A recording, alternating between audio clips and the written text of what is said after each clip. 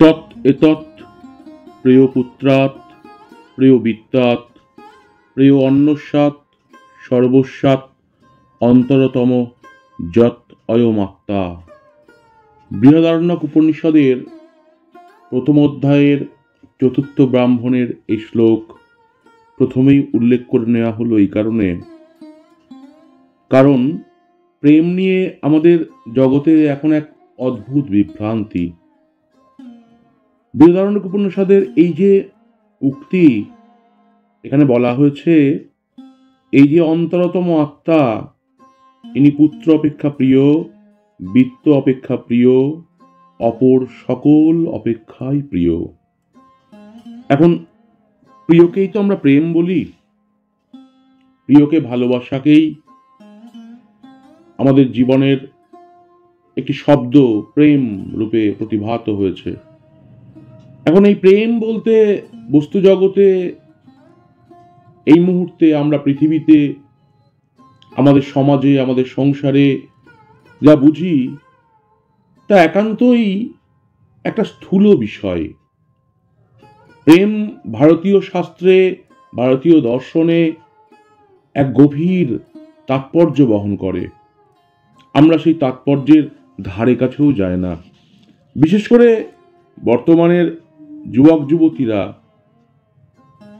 তাদের কাছে এবং সাধারণ সব মানুষের কাছেই প্রেমের অর্থ খুবই স্থূল হয়ে গেছে।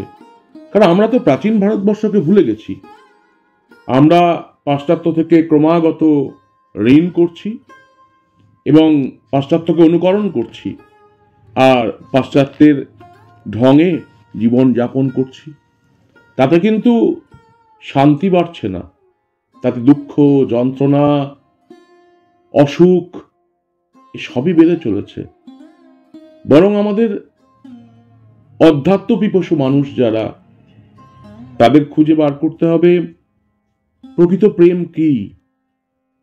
সেই প্রকৃত প্রেমের সন্ধানে যদি আমরা জীবনকে যাপন করতে পারি, তাহলেই এই পৃথিবীতে, অন্তত নিজের পৃথিবীতে, এক ঐশ্বরিক উপলব্ধির শান্তি স্থাপিত হবে।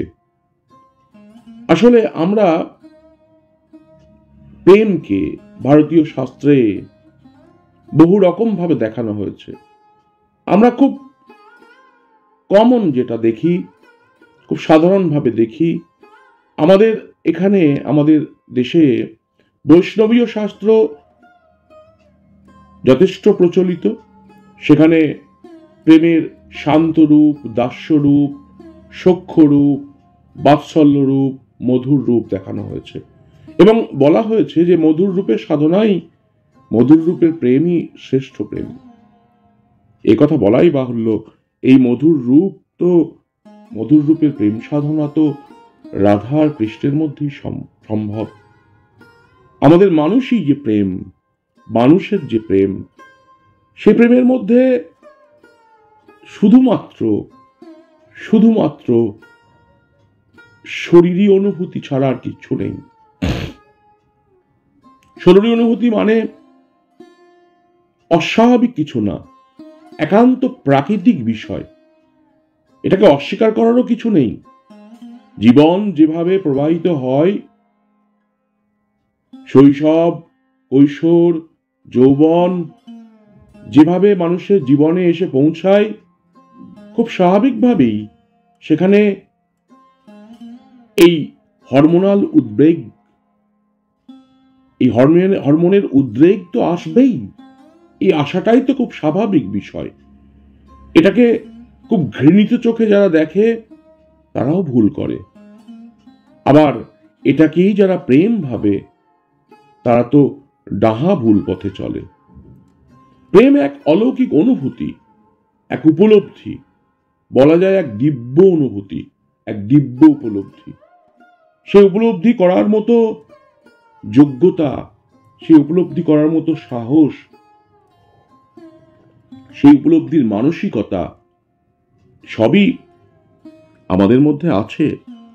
কিন্তু আমরা জাগাতে কজন চাই? জাগতে কেউ যদি না চায়, কেউ যদি ঘুমিয়েই থাকে, কি করে জাগানো যাবে? কথিত আছে রামায়ণে সরস্বতীর কাছে কুম্ভকর্ণ বর চেয়েছিলেন, রাবণ বর চাইয়েছিলেন ঘুমের জন্য। তিনি যেন ঘুমিয়েই থাকেন অধিকাংশ সময়, কারণ সে তো দানব শক্তি, রক্ষ শক্তি, তাই তাকে ঘুমিয়ে থাকাটাই তার পক্ষে জরুরি। এ পৃথিবীতে শান্তি প্রতিষ্ঠা হয়। ফলে অধিকাংশ মানুষই আমরা এই বাগদেবীর কৃপাতেই বলা যেতে পারে ঘুমিয়েই আছি। যদি কেউ জেগে উঠি তাহলে তাকে প্রেমকে বুঝতে হয়। আসলে প্রেম মূলত নিজের জন্য, একান্তই নিজের জন্য।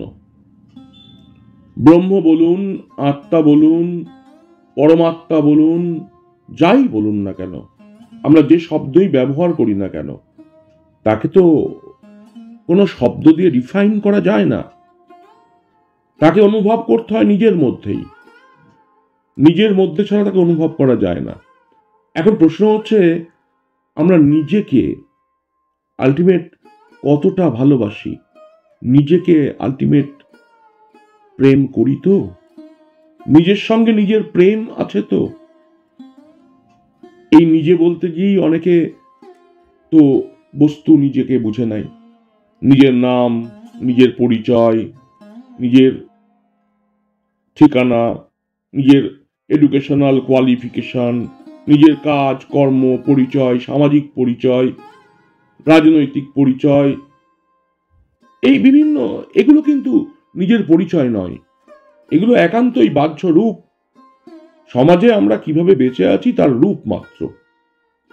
প্রত্যেকে নিজের সঙ্গে নিজে একটা কথা বলে, নিজের সঙ্গে নিজের কথা চলে, প্রত্যেকের মধ্যে চলে।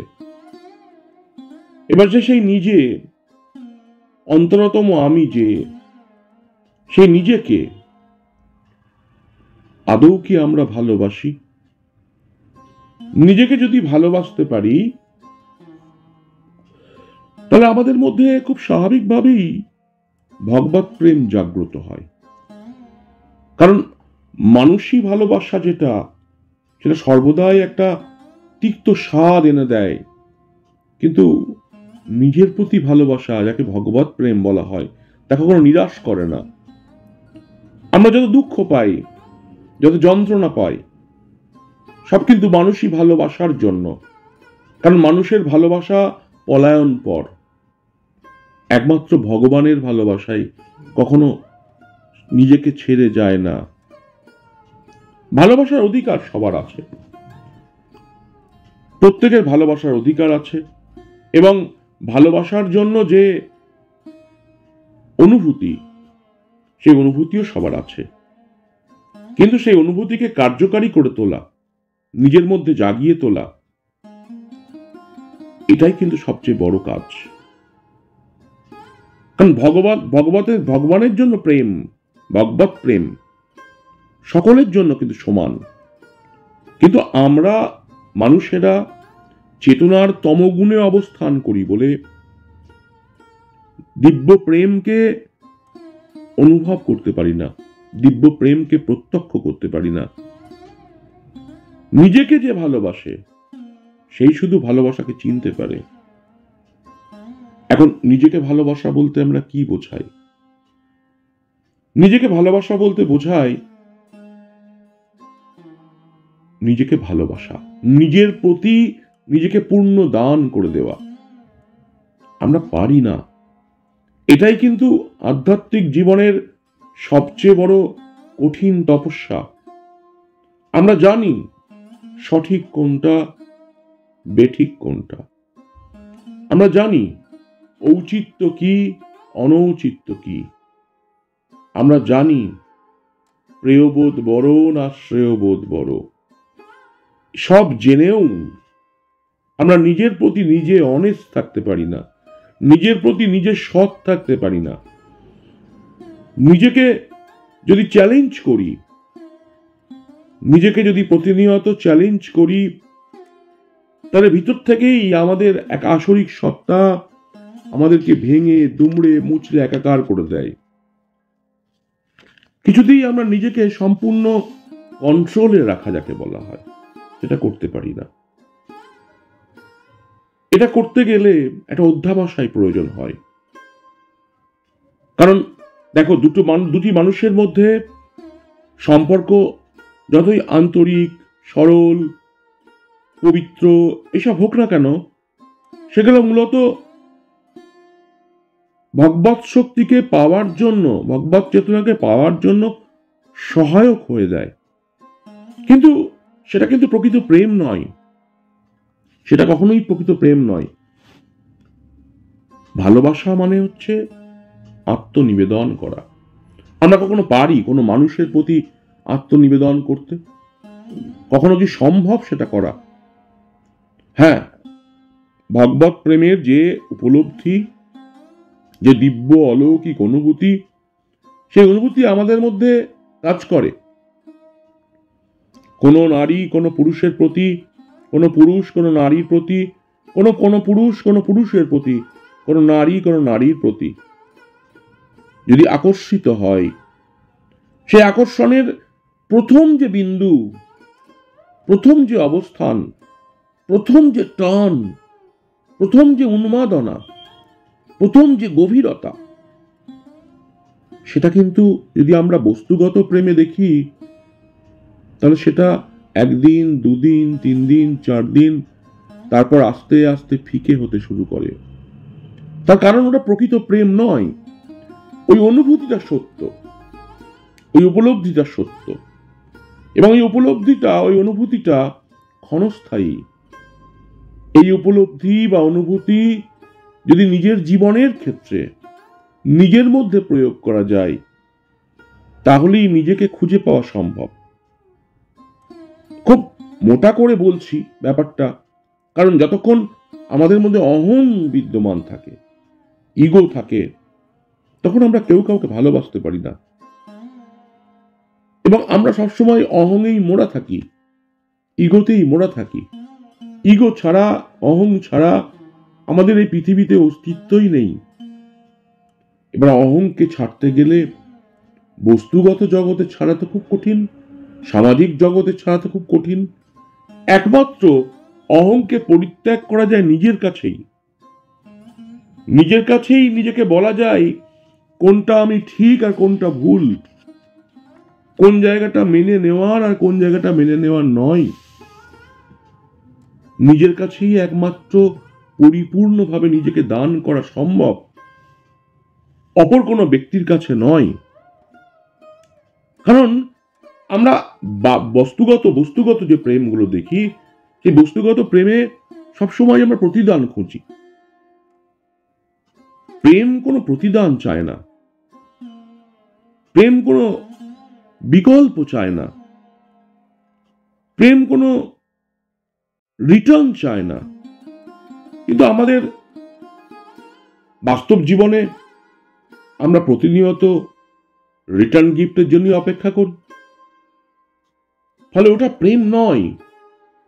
এই জগৎ এখন মেতে ওঠে এই জাতীয় প্রেম নিয়ে, চিরকালই মেতে ওঠে। রূপ পরিবর্তিত হয় সময়ের সঙ্গে সঙ্গে, কিন্তু চিরকালই মানুষ এইগুলো নিয়েই ব্যস্ত থাকে এবং জীবনের একটা লগ্নে এসে বুঝতে পারে, যখন তার তারুণ্য, তার যৌবন অস্তাগত, তখন সে অনুভব করতে পারে যে এই প্রেম কেমিক্যাল লুচা, জাস্ট হরমোনাল রিয়াকশন। এবং আবারও বলছি, এটা হওয়াটা পাপ নয়, এটা হওয়াটা অস্বাভাবিক কিছু নয়, বরং এই হওয়াটাই প্রাসঙ্গিক। যদি কারো না হয়, তাকে ডাক্তার দেখাতে হবে। কিন্তু এটাকে যারা প্রেম নাম দেয়, তারা ভুল করে। এটার নাম প্রেম নয়, এটা একান্ত একটি আকর্ষণ মাত্র। যে আকর্ষণের মধ্যে প্রেম বিদ্যমান থাকে ক্ষণস্থায়ীভাবে, প্রাথমিকভাবে, বরং প্রেমের এক কণা থাকে। আমরা বলতে চাইছি যে ওই যে অনুভব, ওই যে উপলব্ধি, এই উপলব্ধিকে একমাত্র নিজের উপর প্রয়োগ করতে হবে। নিজেকে ভালোবাসতে হবে। আমরা নিজেকে ভালোবাসি, যদি নিজেকে ভালোবাসি তাহলে আহারের উপর আমাদের কন্ট্রোল করি। যে খাবার খেলে আমার শরীর খারাপ হবে জেনেও সে খাবারের প্রতি আমার লোভ আসে, তবু সেই আহারকে আমি গ্রহণ করি, তাহলে নিজের শরীরটাকে নিজে ভালোবাসতে পারি না। যে নেশার দ্রব্যগুলো গ্রহণ করলে, সেটা সিগারেট হোক, অন্য কোনো ড্রিঙ্ক হোক, যে কোনো বস্তুই হোক, শরীর খারাপ হবে জেনেও বাধ্য হই গ্রহণ করতে, সেখানে কি আদৌ শরীরের প্রতি প্রেম হলো? শুধু শরীরটাকেই ভালোবাসতে পারলাম না, নিজের শরীরকে সাবান দিয়ে জল দিয়ে পরিষ্কার করে ক্রিম মাখলে পারে শরীরকে ভালোবাসা হয় না।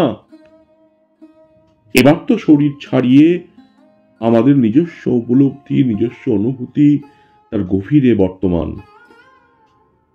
সে গভীরকে আদৌ আমরা খুঁজি কতটা?